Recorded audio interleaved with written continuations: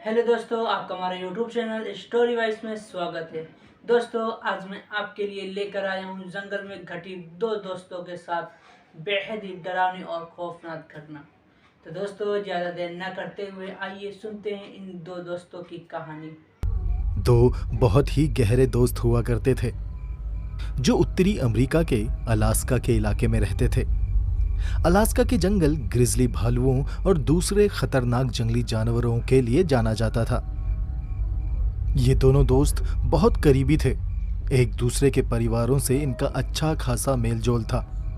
हर Sunday church जाना, साथ में घूमना फिरना, खाना पीना और त्योहार मनाना इनकी जीवन शैली में शामिल था। इन दोनों का नाम था क्रिस्टोफर और एलन। जब इन दोनों के परिवार वाले कहीं बाहर चले जाते या इनकी पत्नियां अपने मायके चले जाती, तब ये दोनों एक दूसरे के घर में रुका करते थे। जब ये दोनों अकेले होते तो देर रात तक एक दूसरे से बातें किया करते थे। दोनों खूब शराब पीते और अपने कॉलेज के दिनों को याद करते।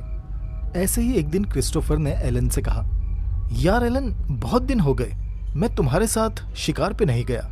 जल्द ही बर्फ पड़ने लगेगी, उसके बाद हम शिकार पे नहीं जा सकेंगे, तो क्यों ना अभी चलते हैं। एलन बोला, हाँ ठीक है चलते हैं, लेकिन हमारे पास कुछ खास इंतजाम नहीं है इस जंगल के टूर पे जाने के लिए। क्रिस्टोफर ने कहा, हाँ यार, सामान तो नहीं है, पर हमारे पास हमारी राइफलें हैं और चालू हालत में भी है। तब एलन बोला, और बाकी के सामान का क्या? हमारे कंपास, दूरबीन, आग जलाने का सामान, खाना बनाने का सामान, इन सब के बिना हम क्या करेंगे? कोई बात नहीं, वो सब सामान हम खरीद लेंगे, क्रिस्टोफर ने कहा। तो चलो फिर पहले अपनी तैयारी कर ली जाए। हमें अपने सामान को इकट्ठा कर लेना चाहिए, क्योंकि जंगल में हमें कोई भी चीज नहीं मिलेगी। और अगली सुबह बुधवार के दिन दोनों मिले। वो दोनों अपने अपने घर से पैसे लेकर आए थे और फिर वो दोनों पास की दुकानों में गए, जहां से उन्होंने जंगल में कैंपिंग करने का सारा सामान खरीदा। दूरबीन, कंपास, आग जलाने का सामान, खाना बनाने का सामान और अपने अपने घोड़ों के लिए नए हॉर्स शूज। जब उन्होंने सारा सामान खरीद लिया, तब क्रिस्टोफर ने कहा, एलन, तुम एक खास सामान भूल रहे हो, हमारी राइफल्स की गोलियां।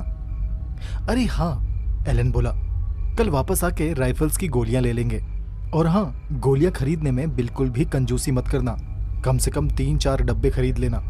न जाने जंगल में किस वक्त ये चीजें हमें इस्तेमाल करनी पड़ जाएं। और तुम तो जानते ही हो, वो जंगल ग्रिजली भालुओं से भरा पड़ा है। क्रिस्टोफर मजाकिया अंदाज में बोला, जी एलन सर, मैं बहुत सारी गोलियां खरीद लूंगा, अभी फिलहाल घर चलें। उसके बाद वो दोनों घर पहुंचे। उन दोनों ने एक दूसरे को बाय कहा और फिर अपने अपने घर चले गए। अगले दिन बृहस्पतिवार को वो दोनों फिर से मिले और अपनी अपनी राइफलों के लिए उन दोनों ने ढेर सारी गोलियां खरीद ली। क्रिस्टोफर ने एलन से कहा, यार एलन, हम कौन सी तारीख में जाएंगे कैंपिंग के लिए, क्योंकि खरीदारी तो हमारी सारी हो चुकी है। एलन बोला, हाँ सही कहा, अब हमारे पास करने को कुछ और है नहीं। आज बृहस्पतिवार है, तो एक काम करते हैं, कल सुबह तड़के निकल जाते हैं कैंपिंग के लिए। शाम होते होते हम जंगल में पहुंच जाएंगे। हाँ, कल सुबह निकलना ठीक रहेगा। दोनों दोस्तों ने आपस में विचार विमर्श करके अगले दिन जंगल में जाने की ठान ली। और फिर हमेशा की तरह वो रात में अकेले हुए और फिर शराब का दौर चला और दोनों अपने अपने पुरखों की शिकार की बातें करने लगे। एलन ने कहा, मेरे दादाजी ने एक बहुत ही खतरनाक जंगल में 2 रातें बिताई थी और वहां से वो एक बड़े भालू का शिकार करके घर लेकर आए थे। एलन की बात सुनकर क्रिस्टोफर भी पीछे नहीं रहने वाला था। उसने अपने दादा के बारे में कहा, ये तो कुछ भी नहीं, मेरे दादाजी ने अकेले निहत्थे एक बड़ी बिल्ली का सामना किया, खतरनाक जंगली बिल्ली जिसका कद एक बाघ के बराबर होता है और जिसका वार जानलेवा होता है। मेरे दादाजी ने उसे अकेले ही मार गिराया था। इतना सुनकर एलन थोड़ा उत्साहित हुआ, मगर वो अचानक से रुक गया और उसने बोला, सुनो क्रिस्टोफर, तुम्हें एक बात बताता हूं। एक बार मेरे दादाजी ने मुझे जंगल में भटकती आत्माओं के बारे में बताया था, जो अक्सर किसी ना किसी रूप में आपको दिख जाती हैं और वो हमेशा जंगल में ही वास करती हैं। और तो और उन्होंने ये भी बताया था कि वो आत्माएं पुराने राहगीरों की, जंगल में रहने वाले आदिवासियों की और उन लोगों की होती है जिनकी मौत जानवर के हमले से हुई थी। ये बात सुनकर क्रिस्टोफर ने एलन की तरफ देखा और अचानक से जोर से हंस पड़ा। उसकी हंसी से ऐसा लग रहा था मानो जैसे वो एलन की बात सुनकर उसका मजाक उड़ा रहा हो। फिर क्रिस्टोफर बोला, यार तुम बहुत नाटकीय बातें करते हो। क्या पहले नाटक कंपनी में काम करते थे क्या? जो बातें तुम कर रहे हो वो एकदम बचकानी है। हाँ आत्माएं, तुम भूत प्रेतों पर यकीन करते हो? एलन बोला, नहीं नहीं क्रिस्टोफर साहब, ऐसी कोई बात नहीं है। एक और बात दादाजी ने कही थी कि रात के वक्त ये आत्माएं बेहद सक्रिय होती हैं। अरे ठीक है एलन सर, मैं आपकी सारी बातों को मान लेता हूं। ऐसा कहते हुए क्रिस्टोफर ने हंसते हुए बात को टाल दिया। मगर एलन गंभीर सोच वाला समझदार आदमी था और वो गहरी सोच में खो गया। तभी क्रिस्टोफर ने बोला, अरे एलन सर, जल्दी जल्दी अपना जाम खत्म करो, खाना भी खाना है। और हाँ, सुबह जल्दी उठ के तैयार हो जाना, हमें सुबह जल्दी निकलना है। तभी एलन ने क्रिस्टोफर से सवाल पूछा, वैसे क्रिस्टोफर, तुम्हारे घर वाले कहाँ गए हैं और वो कब तक वापस आएंगे? क्रिस्टोफर बोला, मेरे बीवी बच्चे अपनी नानी के घर गए हैं और मंगलवार को लौटेंगे। तो इसका मतलब है कि हमारे पास पूरा शनिवार और इतवार होगा शिकार के लिए। एलन बोला, हम अगर इन 2 दिनों में अगर हमारे हाथ कोई शिकार ना लगा तब क्या करेंगे? क्रिस्टोफर बोला, तो कोई बात नहीं, हम समझेंगे कि हमने जंगल घूमा और पिकनिक मनाई। तो फिर ठीक है, मैं समझ गया। इतना कहकर दोनों दोस्त खाने के लिए चल दिए और उसके बाद उन्होंने अपना कैंपिंग का सारा सामान चेक किया और फिर सो गए। अगली सुबह दोनों तड़के उठकर तैयार हो गए और उन्होंने कैंपिंग के सारे सामान को व्यवस्थित रूप से रखा। क्रिस्टोफर बोला, चलो एलन, अब सारा सामान घोड़ों में लाद दो, लेकिन सबसे पहले दोनों घोड़ों पर कंबल डाल दो ताकि वहां की ठंड से इन दोनों घोड़ों की तबीयत खराब ना हो।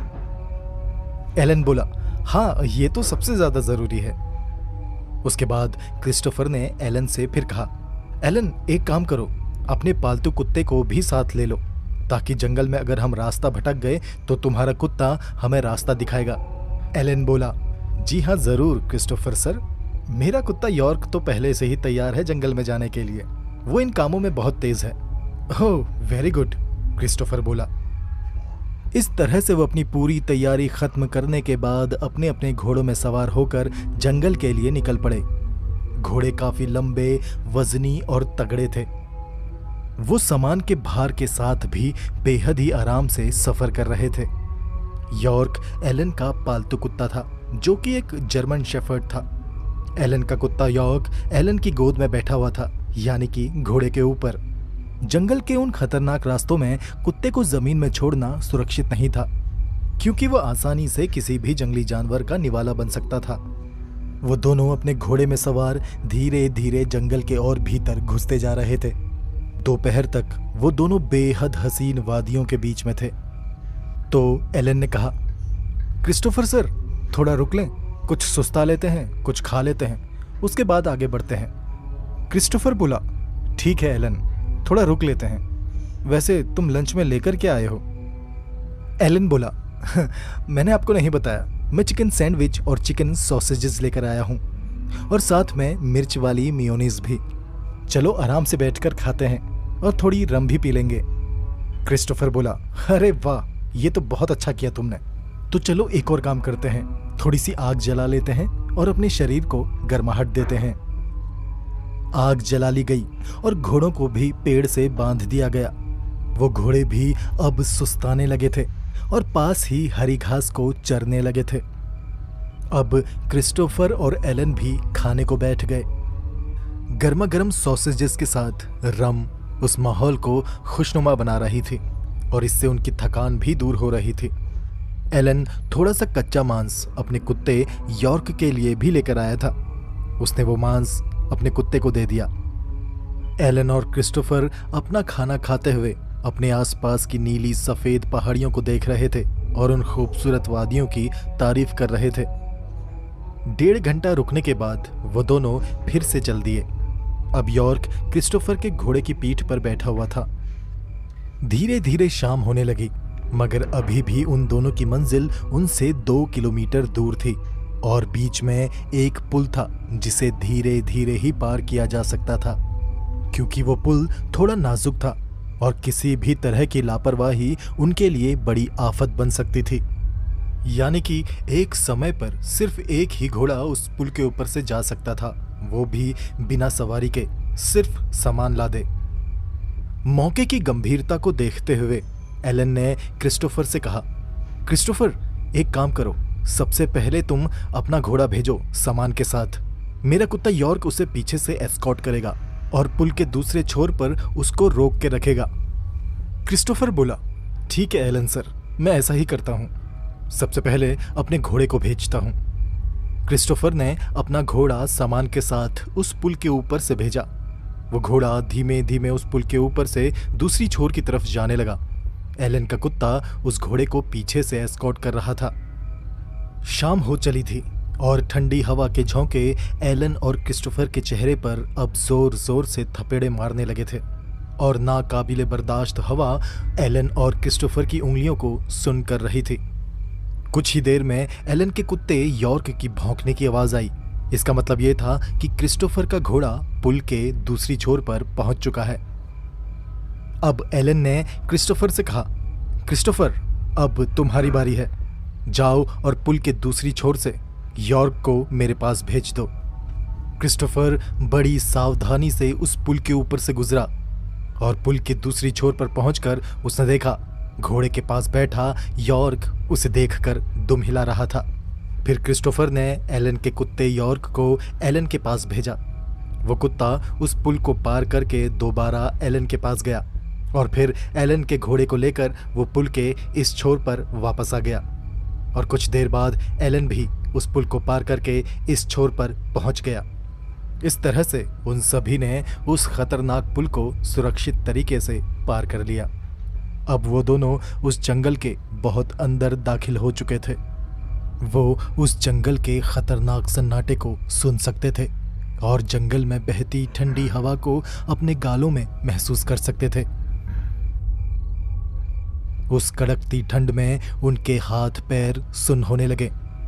बहुत देर घोड़ों के साथ चलने के बाद वो लोग एक ऐसी जगह में पहुंचे जहां पर घास कम थी और आसपास पेड़ भी कम थे। एलन ने क्रिस्टोफर से कहा, क्रिस्टोफर, ये जगह मुख्य कैंप लगाने के लिए सही है, क्या कहते हो? आज रात यहीं कैंप कर लें? क्रिस्टोफर बोला, हाँ, यही ठीक रहेगा। और फिर दोनों ने कैंप लगाना शुरू किया और करीब रात के 8 बजे तक उनका सारा काम खत्म हो गया। एलन बोला, यार ठंड बहुत है तो क्यों ना आग जला ली जाए, और रात के वक्त जंगल में सुरक्षा बहुत जरूरी है और ये आग हमें जंगली जानवरों से भी बचा कर रखेगी। क्रिस्टोफर बोला, हाँ सही कह रहे हो, तो तुम यहीं रुको, मैं तुम्हारे कुत्ते को लेकर जाता हूँ और कुछ सूखी लकड़ियाँ लेकर आता हूँ। एलन बोला, हाँ ठीक है, पर ज्यादा दूर मत जाना वरना तुम रास्ता भटक सकते हो। क्रिस्टोफर बोला, हाँ ठीक है एलन सर, मैं बस यूं गया और यूं आया। फिर क्रिस्टोफर वहां से चला गया और करीब आधे घंटे बाद वो कुछ सूखी लकड़ियां लेकर वापस लौट आया। एलन का कुत्ता यॉर्क भी मुंह में एक सूखी लकड़ी का लट्ठा फंसाए चला आ रहा था। जल्द ही आग जला ली गई और घोड़ों को नजदीक के पेड़ों में बांध दिया गया और वो घोड़े भी आग की हल्की हल्की गर्मी को महसूस करने लगे थे और पास की घास को चर रहे थे। ये दोनों दोस्त भी आग के सामने बैठे हुए रात के खाने की तैयारी कर रहे थे। एलन स्ट्यू पकाते हुए बोला, क्रिस्टोफर, कल का शिकार कैसे करना है? हमारे शिकार की जगह क्या होगी? हम किस चीज का शिकार करेंगे? कुछ सोचा है तुमने? क्रिस्टोफर बोला, हाँ सोचा है, हम कल एक बड़े मूस का शिकार करेंगे। मूस एक बड़े हिरन के समान होता है, ये बेहद ही तीखी आवाज निकालता है। मुझे इनके झुंड की पूरी जानकारी है, ये कहाँ होते हैं, कहाँ पर इन्हें अच्छी घास मिलती है, मुझे सब पता है। हम कल सुबह तड़के इसी जानवर की तलाश करेंगे और इसी का शिकार करेंगे। एलन बोला, तो ठीक है, मैं अपने कुत्ते यॉर्क को कैंप के बाहर बांधूंगा ताकि रात को अगर कोई आया तो हमें भनक पड़ जाए। क्रिस्टोफर बोला, ठीक है, तो चलो अब रात के खाने का समय है, थोड़ी सी रम पी लें और बाहरी नज़ारे का आनंद लें और उसके बाद खाना खाकर सो जाएं। सुबह जल्दी उठना है। ये कहकर दोनों ने थोड़ी रम पी और खाना खाने लगे। खाना खाने के बाद एलन ने कहा, क्रिस्टोफर, मैं थोड़ी देर तक पहरेदारी करूंगा, तब तक तुम सो जाना। उसके बाद तुम्हारी बारी आएगी, तुम पहरेदारी दोगे और मैं सोऊंगा, ठीक है ना? क्रिस्टोफर ने कहा, हाँ ठीक है। इतना कहकर वो सोने चला गया और एलन पहरेदारी करने लगा। एलन और क्रिस्टोफर ने कैंप को चारों तरफ से अलग अलग जगह में ट्रैप लगाकर सुरक्षित किया हुआ था, ताकि किसी जानवर का पैर उन ट्रैप्स पर फंसे और उन दोनों की नींद टूट जाए। एलन हाथ में राइफल थामे अपने कुत्ते यॉर्क के साथ कैंप के बाहर बैठा पहरेदारी कर रहा था और थोड़ी देर में उसे क्रिस्टोफर के खर्राटों की आवाज़ सुनाई देने लगी। क्योंकि क्रिस्टोफर बेहद ही थका हुआ था, इसीलिए उसे लेटते ही नींद आ गई। अब एलन अपने कुत्ते यॉर्क के साथ आसमान में टिमटिमाते तारों को देखने लगा। जगमगाता आसमान रात के वक्त बेहद ही आकर्षक लग रहा था और हवा में बहती ठंडी हवा के बीच कैंप फायर की आग की ताप एलन को राहत दे रही थी। रात 2 बजे तक एलन उसी तरह पहरेदारी करता रहा। फिर उसको नींद आने लगी तो उसने क्रिस्टोफर को जगाया। क्रिस्टोफर ने मुंह धोकर अपनी पहरेदारी दी। उसके बाद दोनों ने 5 बजे उठकर अपनी सारी तैयारी कर ली और खुद भी तैयार हो गए। दोनों ने अपनी अपनी राइफल्स की गोलियों को गिना और राइफल्स तैयार की। उसके बाद अपने कैंप को चारों तरफ से बांधकर वो लोग अपने अपने घोड़े में सवार होकर उस इलाके की तरफ गए जिस इलाके में उन्हें वो जानवर मिलने वाला था जिनका वो शिकार करने वाले थे। थोड़ी देर चलने के बाद वो जगह आ गई। वो एक खाली जगह थी, चारों तरफ से पहाड़ियों से घिरी हुई, एकदम सुनसान। बस बीच में ऊंची ऊंची घास थी। तब क्रिस्टोफर बोला, एलन, हमें अपने घोड़ों को यही बांधना होगा और आगे पैदल पैदल चलना होगा। एलन का कुत्ता यॉर्क उन ऊंची ऊंची घास के बीच में आगे आगे चल रहा था। करीब 15 मिनट पैदल चलने के बाद क्रिस्टोफर ने एलन को उंगली से इशारा करते हुए उस जानवर का झुंड दिखाया जिसका वो शिकार करने वाले थे। अब वो दोनों शिकार के मोड में आ गए थे। उन दोनों ने अपनी अपनी बंदूक तानी और दबे कदम उस जानवर के झुंड के करीब जाने लगे। क्रिस्टोफर ने एलन से कहा, सुनो एलन, तुम इस सीधे हाथ वाली झाड़ी के पास बैठे रहो और जब मैं इशारा करूं तो दबे कदम मेरे पास चले आना, तब हम दोनों साथ में मिलकर गोलियां चलाएंगे। एलन ने कहा, ठीक है। और क्रिस्टोफर के कहे मुताबिक एलन झाड़ी के पीछे बैठा रहा। अब क्रिस्टोफर ने अपनी पोजीशन को और आगे बढ़ाया और घुटनों के बल धीमे धीमे उस झुंड के करीब जाने लगा। करीब आधे घंटे तक घात लगाने के बाद जब क्रिस्टोफर ने ये सुनिश्चित कर लिया कि वो जानवर का झुंड आराम से घास चर रहा है, तब क्रिस्टोफर ने अपनी बंदूक को कंधे से सटाया और उसमें धीमे से गोलियां भरी। इधर एलन झाड़ी में छुपा बैठा था और क्रिस्टोफर के इशारे का इंतजार कर रहा था। तभी एलन को ऐसा महसूस हुआ कि उसके पीछे की झाड़ी हिल रही है, वहां पर कुछ है। और जैसे ही एलन ने पीछे मुड़कर देखा तो उसने देखा उसके पीछे एक बड़ा सा मूस खड़ा था, वही बड़ा सा हिरन जैसा दिखने वाला जानवर जिसका वो शिकार करने आए थे। लेकिन एलन ने एक और अजीब बात देखी। वो कोई आम मूस नहीं था, वो एक अजीब जानवर था। उसकी आंखें बहुत तेज चमक रही थी और उनमें से अजीब सी रोशनी निकल रही थी। वो एलन से बस कुछ ही कदम दूर था और एलन पर हमला करने वाला था। ये देखकर एलन तुरंत ही चौकस हो गया और उसने तुरंत उस जानवर पर अपनी बंदूक तानी और उस पर गोली चला दी। लेकिन इससे पहले कि उसकी गोली उस जानवर को छूती, वो जानवर अचानक से हवा में कहीं गायब हो गया और एलन की गोली की आवाज से क्रिस्टोफर के सामने घास चर रहे वो जानवर तुरंत ही वहां से भाग खड़े हुए। क्रिस्टोफर को समझ नहीं आया कि एलन ने ऐसा क्यों किया। क्रिस्टोफर तुरंत खड़ा उठा और एलन के पास गया। जब उसने एलन को डरा हुआ पाया तो उसने उसकी डर की वजह पूछी। तब एलन ने क्रिस्टोफर को उस अजीब से दिखने वाले जानवर के बारे में बताया जो अभी कुछ देर पहले उसके सामने खड़ा था और अचानक से हवा में कहीं गायब हो गया। एलन ने यह भी बताया कि वो एकदम सफेद रंग का था और उसके लंबे लंबे सफेद बाल थे। अब क्रिस्टोफर भी डरा हुआ महसूस कर रहा था क्योंकि एलन ने जिस आकार का मूस देखा था वो बाकी मूस से काफी बड़ा और भयानक था। और एलन ने क्रिस्टोफर को यह भी बताया कि वो मूस सफेद रंग का और बड़े बड़े सफेद बालों वाला था। ये सुनकर तो क्रिस्टोफर के भी कान खड़े हो गए, क्योंकि मूस ऐसे नहीं होते।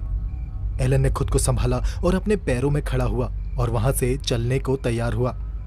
क्रिस्टोफर ने भी हालातों की नाजुकता को समझा और वहां से चले जाना ही बेहतर समझा। क्रिस्टोफर ने सीटी बजाकर एलन के कुत्ते को बुलाया, जो अभी भी उसी झाड़ी में बैठा था जहां कुछ पल पहले क्रिस्टोफर घात लगाए हुए था। यॉर्क सीटी की आवाज सुनकर तुरंत भागता हुआ उन दोनों के पास आया। अब वो दोनों वापस अपने घोड़े के पास गए और अपने घोड़े पर सवार हो गए। एलन ने अपने कुत्ते यॉर्क को अपनी गोद में बिठा लिया और वो दोनों घोड़ों में सवार होकर वहां से चल दिए। उनके घोड़े अब उस मूस वाली जगह की विपरीत दिशा की तरफ भाग रहे थे और क्रिस्टोफर ने पूरा रास्ता घुमाकर अपने घोड़ों को कैंप तक पहुंचाया। कैंप सुरक्षित और ठीक ठाक हालत में था। क्रिस्टोफर ने एलन से कहा, एलन तुम थोड़ा आराम कर लो, उसके बाद कुछ बात करेंगे। एलन अपने टेंट में घुसा और सो गया। इधर क्रिस्टोफर ने सारा इंतजाम किया। उसने घोड़ों को बांधा, यॉर्क को खाना दिया और सूखी लकड़ियां इकट्ठा करके उसने सबसे पहले कॉफी बनाई। शाम के 5 बज चुके थे। क्रिस्टोफर ने एलन को जगाया और उसे कॉफी दी। उसके बाद दोनों आग के पास बैठे और कॉफी का घूंट भरते हुए क्रिस्टोफर ने एलन से पूछा, तो कहिए एलन सर, अभी कैसी है तबीयत तुम्हारी? एलन बोला, हाँ अब अच्छा महसूस कर रहा हूँ। क्रिस्टोफर ने उससे कहा, अच्छा जो वहाँ तुम्हारे साथ हुआ मुझे फिर से बताओ विस्तार से।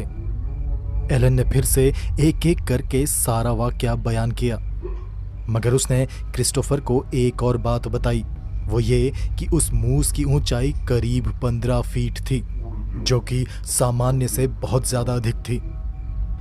ये सुनकर क्रिस्टोफर कुछ सोच में पड़ गया और फिर बोला, तो चलो कल हम दूसरी तरफ कहीं और चलेंगे और रेनडियर का शिकार करेंगे। कल जंगल के बिल्कुल अलग कोने में शिकार होगा। क्या तुम इस टूर को कंटिन्यू करना चाहते हो एलन? या फिर तुम कहो तो हम इस टूर को यहीं खत्म करके वापस घर लौट चलते हैं। बोलो क्या कहते हो?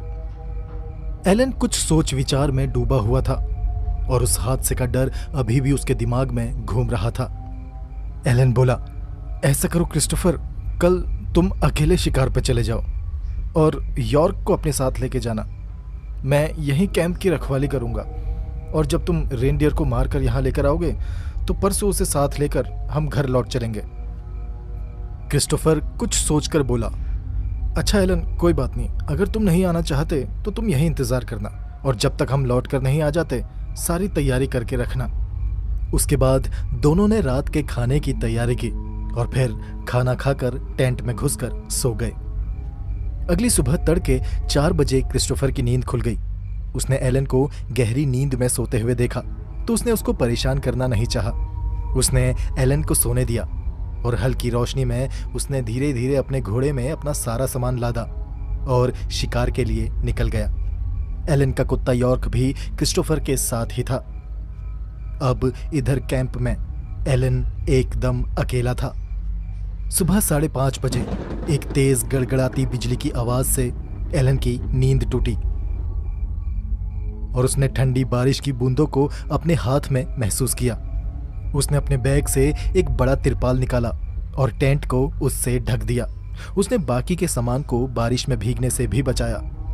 करीब 1 घंटे बाद वो बारिश पूरी तरह से बंद हो गई, मगर उस बारिश ने उस माहौल को चारों तरफ से कोहरे से ढक दिया था। आसपास की चीजें भी मुश्किल से ही दिखाई पड़ रही थी। बस फिर क्या था, एलन ने आसपास के पेड़ों से बड़ी बड़ी टहनियां काटी और आग जला ली। अब उस आग की ताप से एलन को उस सर्दी में थोड़ी राहत मिल रही थी। उसका घोड़ा भी सुरक्षित था क्योंकि उसने अपने घोड़े के ऊपर एक तिरपाल डाल के रखा था। वो अब अपने लिए कॉफी बनाने की फिराक में था। एलन ने जैसे ही कॉफी बनाने के लिए कप उठाया, उसी वक्त उसे क्रिस्टोफर की एक बेहद ही दर्द भरी चीख सुनाई दी। एलन तुरंत खड़ा उठा। उसने अपनी राइफल तैयार की और तुरंत उस दिशा की तरफ भागा जिस तरफ से वो चीख आई थी। एलन उस वक्त जिस पहाड़ी के ऊपर था, वो चीख उसके नीचे से आ रही थी। एलन तुरंत अपने घोड़े के पास गया उसने अपना घोड़ा खोला और उसकी पीठ में सवार होकर तुरंत उस आवाज की दिशा में भागा। एलन उस आवाज का पीछा करता हुआ एक झील के पास पहुंचा जो उस पहाड़ी के नीचे थी। झील के करीब पहुंचकर एलन ने क्रिस्टोफर को आवाज दी, मगर क्रिस्टोफर ने कोई जवाब नहीं दिया। तभी एलन को झील के पार झाड़ियों में से कुछ हलचल महसूस हुई। उसने फिर से क्रिस्टोफर को आवाज दी, क्रिस्टोफर, तुम कहाँ हो? तुम ठीक तो हो ना? तब उन झाड़ियों में से क्रिस्टोफर की आवाज आई, एलन, मैं भारी मुसीबत में हूं। एक भालू ने मुझ पर हमला कर दिया था। वो मुझे मार देना चाहता था। जल्दी झील को पार करके मेरे पास आओ। एलन ने क्रिस्टोफर को आवाज दी, ठीक है, मैं आता हूं। एलन तुरंत अपने घोड़े पर सवार हुआ और लगाम खींचकर उसे दौड़ने का निर्देश दिया, मगर ये क्या, घोड़े ने तो चलने से साफ मना कर दिया और एक ही जगह में खड़ा हिनहिनाने लगा। एलन ने अपने चाबुक से घोड़े को मारा, मगर घोड़ा फिर भी नहीं हिला। फिर एलन ने क्रिस्टोफर को आवाज दी, क्रिस्टोफर, मेरा घोड़ा तुम तक नहीं आ सकता और इस झील का पानी बहुत ठंडा है और ये जमना भी शुरू हो चुका है। तो तुम एक काम करो, अपने घोड़े पर सवार होकर यहां तक आने की कोशिश करो। वो झील इतनी गहरी थी कि अगर कोई घोड़ा चलकर उसे पार करता तो उसका सर पानी से नीचे डूब जाता और किसी आदमी के लिए उस झील को तैरकर पार करना लगभग नामुमकिन था, क्योंकि उस झील का पानी बहुत ठंडा था। उसमें हाइपोथर्मिया होने का खतरा था, हाइपोथर्मिया जिससे इंसान की जान भी जा सकती है। तभी एलन को यॉर्क का ख्याल आया कि आखिर यॉर्क कहाँ है। कहीं उसे तो कोई चोट नहीं पहुंची, क्योंकि अभी तक एलन ने यॉर्क की आवाज नहीं सुनी थी। एलन ने क्रिस्टोफर को आवाज दी, क्रिस्टोफर, यॉर्क किधर है? क्या वो तुम्हारे साथ ही है? तभी झील की दूसरी तरफ से आवाज आई और उस आवाज ने खून जमा देने वाली बात कही, एलन सुनो, यॉर्क भी मेरे साथ ही है और वो भी घायल है और तुम यकीन नहीं करोगे, यॉर्क ने ही तो उस भालू पर गोली चलाई थी और अपने हाथों से वो मेरे लिए झील से पानी भी लेकर आया था और उसने मुझे पानी पिलाया। ये सुनकर एलन सन्न रह गया, क्योंकि यॉर्क तो उसका पालतू कुत्ता था। अब एलन को सारा माजरा समझ में आ गया था कि झील की उस तरफ उसका दोस्त क्रिस्टोफर नहीं, बल्कि कोई दुष्ट बला है, जिसको ये नहीं मालूम कि यॉर्क मेरा कुत्ता है। झील के उस तरफ जो कुछ भी है वो एलन को अपने पास बुलाकर मार डालना चाहता है। अब एलन ने भी उस दुष्ट बला के साथ एक खेल खेला। एलन बोला, तुम वहीं रुको क्रिस्टोफर, मैं इस झील को पार करके तुम्हारे पास आता हूं। एलन तुरंत अपने घोड़े पर सवार हुआ और उल्टे कदम कैंप साइट की तरफ दौड़ पड़ा। अब एलन को समझ आ गया था कि उसका घोड़ा झील की उस तरफ क्यों नहीं जा रहा था, और एलन को अब अपने दादाजी के उन भटकती आत्माओं के किस्से भी याद आने लगे थे। जैसे ही एलन कैंप के पास पहुंचा, उसने क्रिस्टोफर और यॉर्क को कैंप के पास देखा। तब क्रिस्टोफर ने बताया कि शिकार न मिलने की वजह से वो वापस कैंप में आ गया। क्रिस्टोफर ने एलन को घबराया हुआ देखा तो उसने एलन के घबराने की वजह पूछी। एलन ने क्रिस्टोफर को सारी घटना बता दी। अब क्रिस्टोफर को भी डर लगने लगा। तभी दोनों दोस्तों के कानों में एक भयानक चीख सुनाई दी। एलन ने जैसे ही नीचे उस छोटे पहाड़ के मुहाने से देखा, तब उसे वही सफेद मूस दिखाई दिया, मगर आश्चर्य की बात यह थी कि इस बार वो अपने दोनों पैरों पर खड़ा था, बिल्कुल किसी इंसान की तरह। इस बार क्रिस्टोफर भी उसको देख पा रहा था। इधर से ये दोनों उस भयानक मूस को देख रहे थे और उधर से वो इन दोनों को घूर रहा था। यॉर्क भी यहां से खड़ा उस मूस पर भौंके जा रहा था। अब एलन और क्रिस्टोफर ने तुरंत अपना कैंपिंग का सारा सामान समेटा और झट से अपने घोड़े में बांधकर घोड़े में सवार हो गए। एलन ने अपने कुत्ते यॉर्क को अपनी गोद में बिठाया और तुरंत अपने घोड़े को दौड़ाकर उस जंगल से बाहर निकलने की कोशिश करने लगे। करीब 20 किलोमीटर तक उन दोनों को वो भयानक चीख सुनाई देती रही। करीब 3 घंटे तक घोड़ों को दौड़ाने के बाद वो लोग एक गांव के करीब पहुंचे। वहां उन्हें कुछ और शिकारी भी मिले, जिन्हें उन दोनों ने ये कहानी सुनाई। तब उन शिकारियों ने बताया कि जंगल का वो हिस्सा जहां वो दोनों थे, वो इलाका शापित है और तुम्हें कभी भी वहां नहीं जाना चाहिए था। शुक्र है कि तुम दोनों वहां से जिंदा लौट आए। ये सुनकर एलन और क्रिस्टोफर ने चैन की सांस ली। उसके बाद उन दोनों ने रात उसी गांव में बिताई और अगले दिन अपने घर के लिए रवाना हो गए, इस वादे के साथ कि अब वो इस जंगल में कभी वापस लौट कर नहीं आएंगे। तो दोस्तों ये कहानी यहीं पे समाप्त होती है। अगर आपको ये दो दोस्तों की कहानी पसंद आई हो तो हमारे चैनल को लाइक और सब्सक्राइब करें और हमें कमेंट में ज़रूर बताएं कि आपको ये कहानी कैसी लगी। दोस्तों हम आपसे मिलते हैं अगली वीडियो में, जब तक के लिए गुड बाय।